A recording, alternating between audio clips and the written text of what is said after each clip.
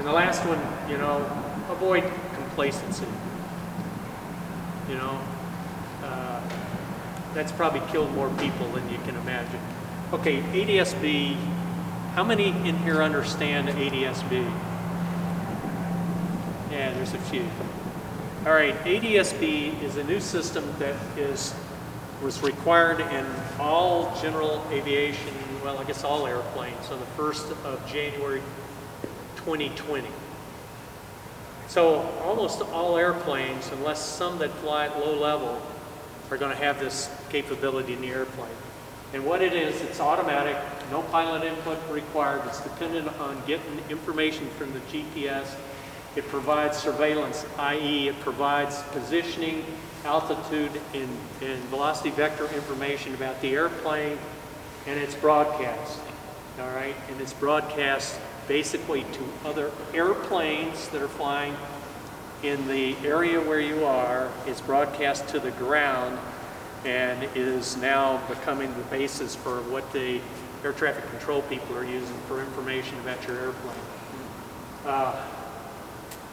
So it uses satellite navigation information. It broadcasts periodically, enabling your airplane to be tracked. It's received by air traffic control ground stations, received by other airplanes to provide SA for other airplanes. And actually, it's pretty nice. It really is pretty nice. We were flying that little airplane back from having some maintenance in Denver this morning, back here. And, as we passed the Air Force Academy, they got all kinds of airplanes in the traffic pattern. When we came out of the airport in Denver, there were lots of airplanes down there, and we could see them on the ADS-B, or on the MFD. We could see the airplanes, we saw their velocity vector, we saw the difference in altitude, i.e. from us, plus 1,000 feet or minus 1,000 feet, or at the same altitude. And we saw the velocity vector for the airplane and the direction they were going. Very nice information. The problem is that you can't get myopic on it. You cannot just sit and stare at the MFD all day and not pay attention to flying the airplane. And that's I think that's a real issue with the airplane, or with the ADS-B, because there's a tendency to do that, sitting and watching everybody else.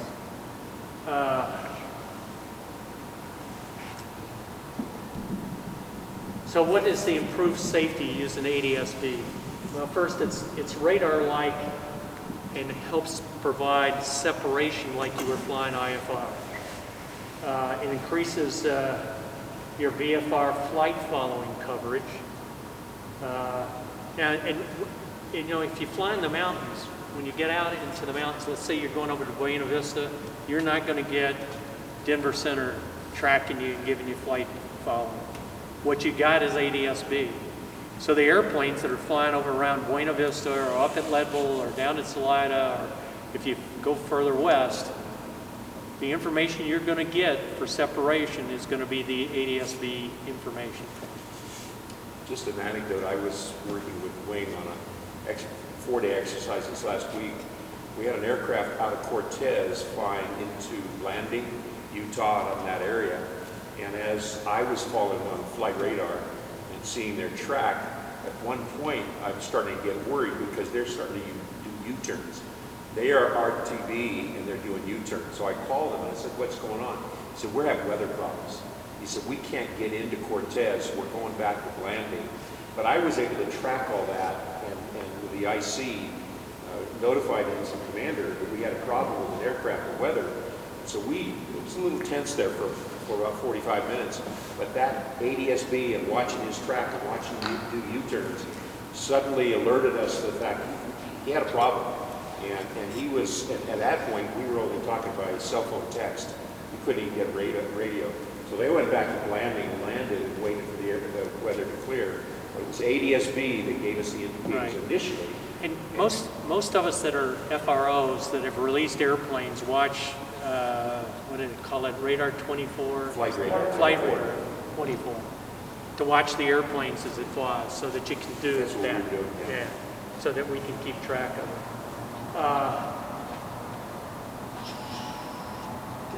ADSB is supposed to help the ATC guys in terms of runway incursions and knowing where people are, because you can see with ADSB airplanes that started up that are taxiing around, so the air traffic control guys can do that. Civil Air Patrol did do a study of ADSB and felt it would be a good thing.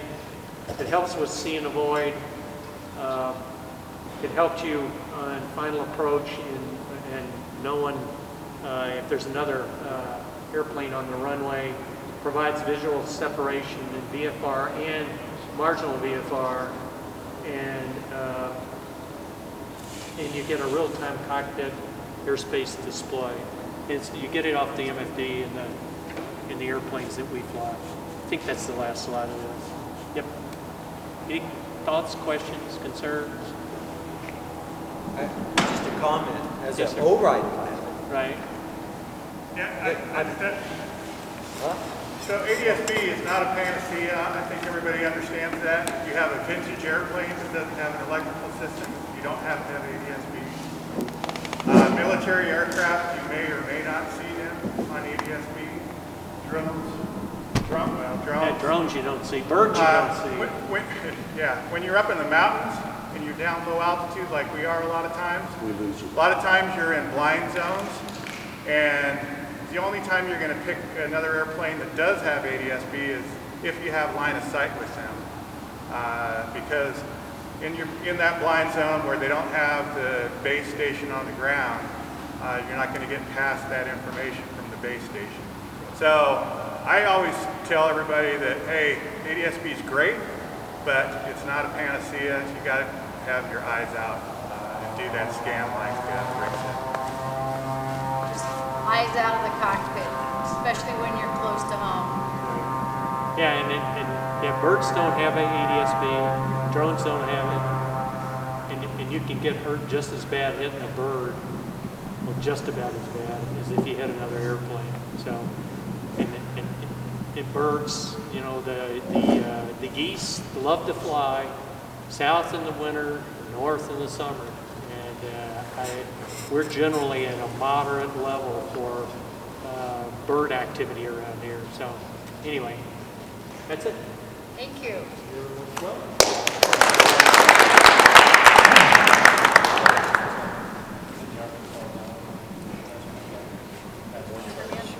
No, I put it over there. And if you don't want to go to hell, you better sign off. Okay. Oh, first of all, Jim, that's Rick Couch.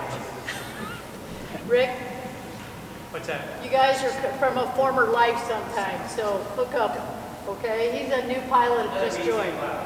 Oh, great. Yeah, neighborhood's going down. Okay, what this is, and this is extremely important these days and very important to the Director of Operations of Colorado Wing. What we're trying to do is get as many flying hours in as many the different categories we can with our airplanes. The bottom line is, the more flying we do, the better chance we have of holding onto airplanes and the better chance we have of getting another airplane to help us with the missions that we have here in Colorado Springs and in southeast Colorado. So these are very important numbers. They revised the targets based on how we're doing, based on the maintenance of the aircraft and the turnover of the aircraft. The tricky part is sometimes when something else is getting towards 100 hours, they're rotating planes, which is why we have 738 right now. We were getting a ton of hours in 765 because we had pilots doing Form 5s. We had a lot of activity in flying 765 for training air crews.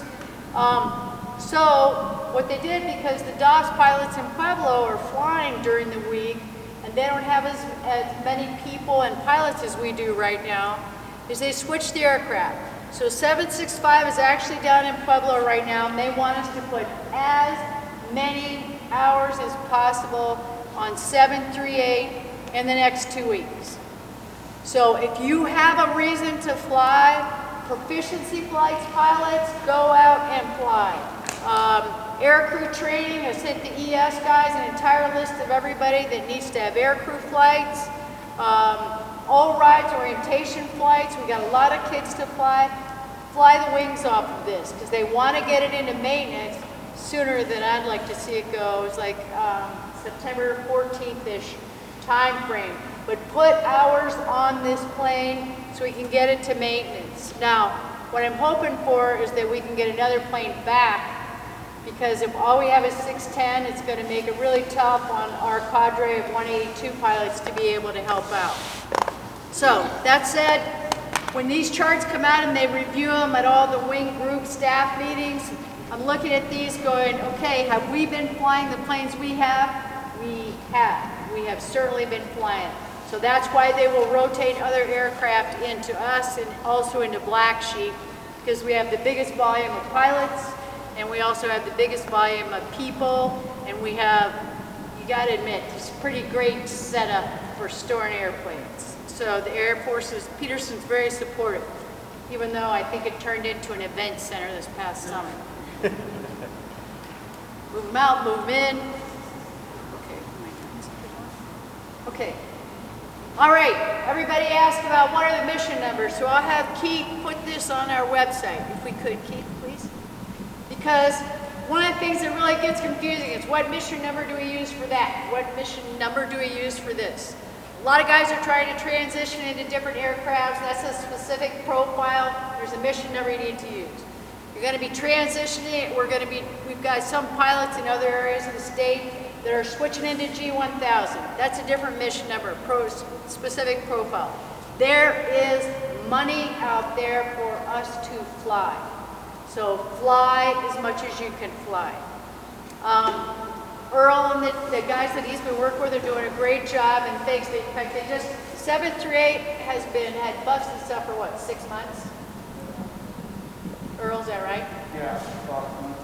I know we had, I mean, the whole push to talk thing was, Pueblo dealt with it, but because we took an active role, I think as a squadron, and also our maintenance guys are very specific, and our pilots were able to eliminate what the issues were and what they weren't, the plane finally got fixed. So, I don't know about you guys, we're a lot better using the aircraft this time, Rick?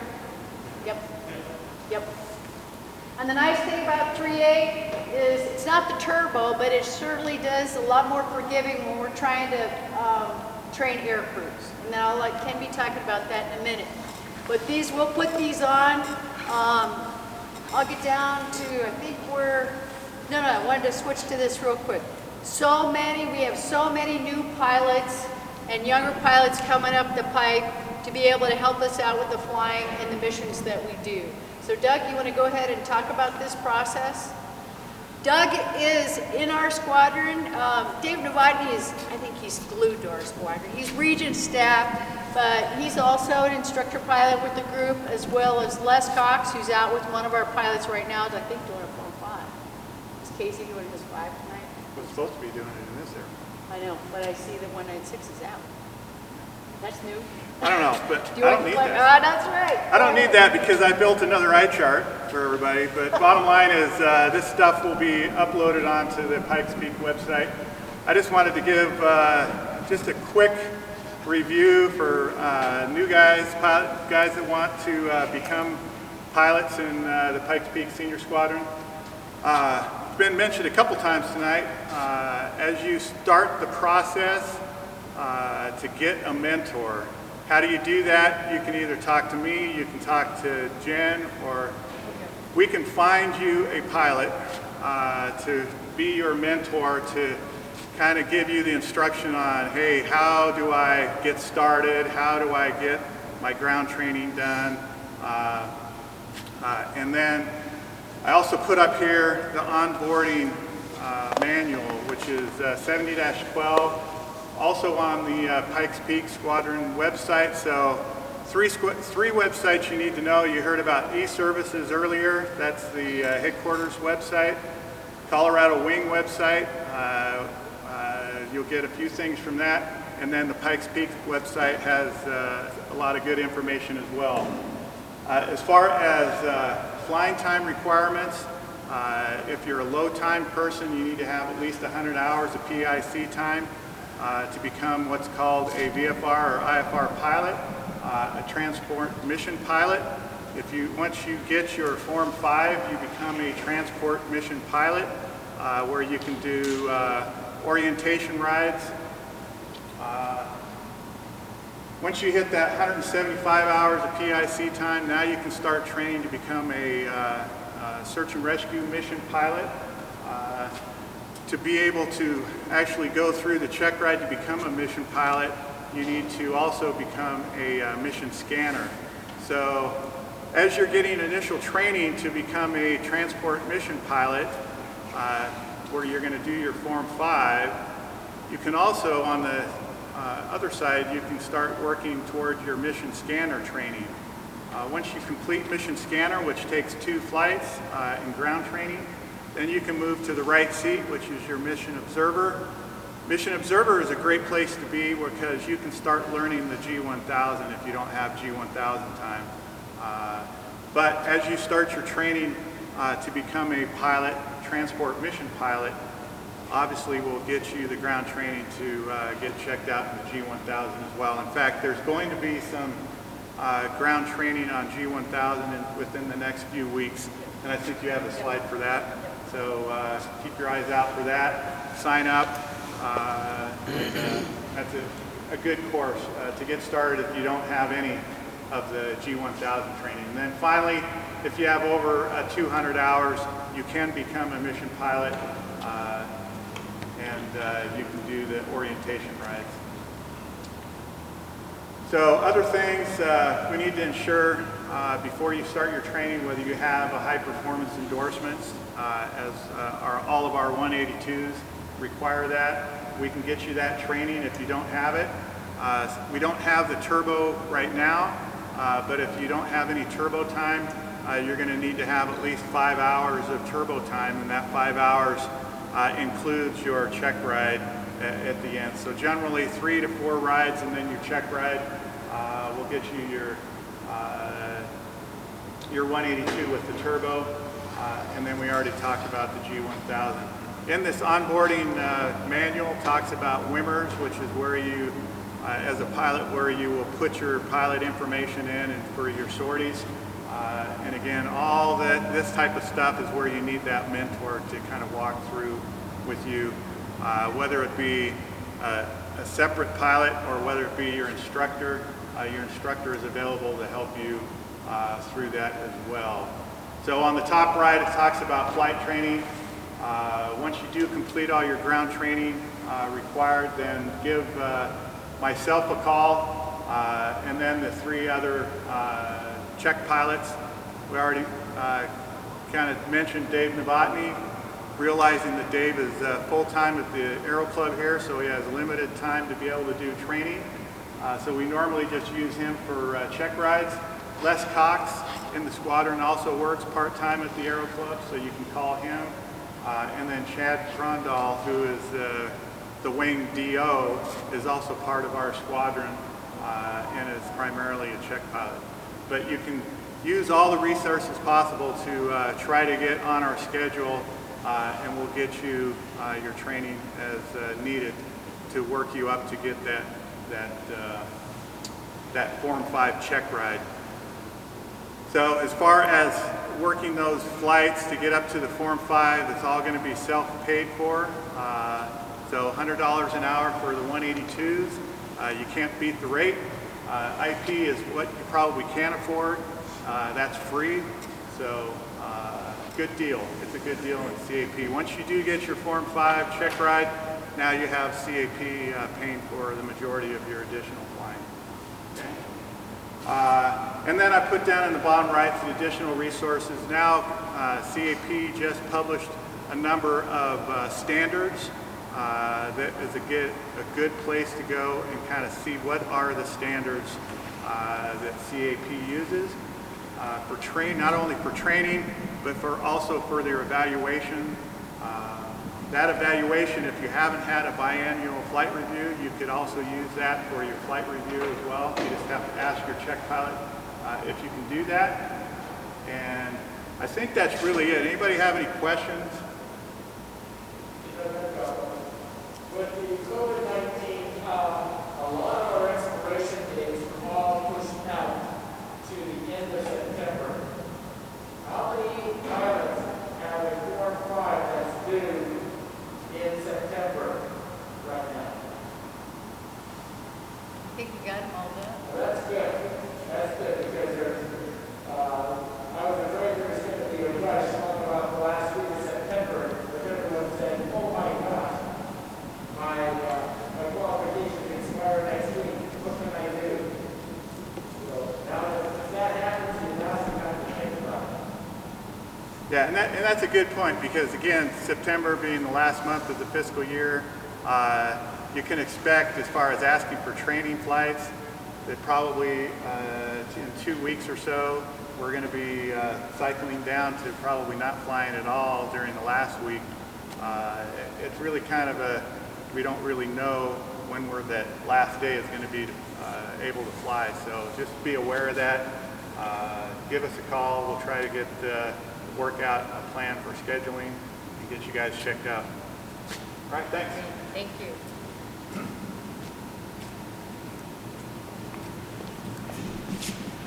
Okay, Earl, you want to stand up there or you want to come up here real quick?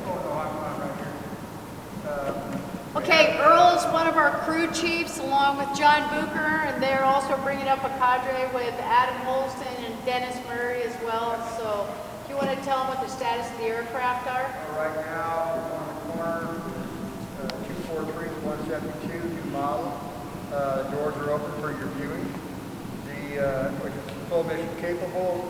738 is now full mission capable, or will be as soon as he gets my report. And we get it entered, it'll be full mission capable.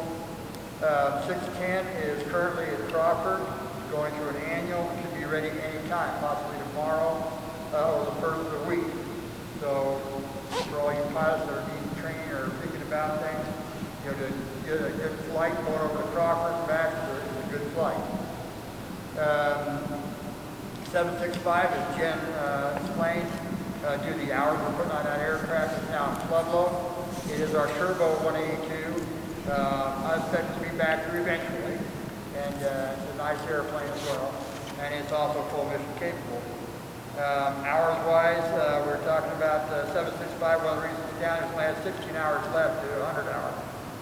So we pulled it out of here. 738, this particular aircraft has 28.3 hours left for 50-hour and 100-hour combined. And 243 has 47 hours left. 196, which isn't here, is the 206 turbo. It's out flying right now. It has 38 hours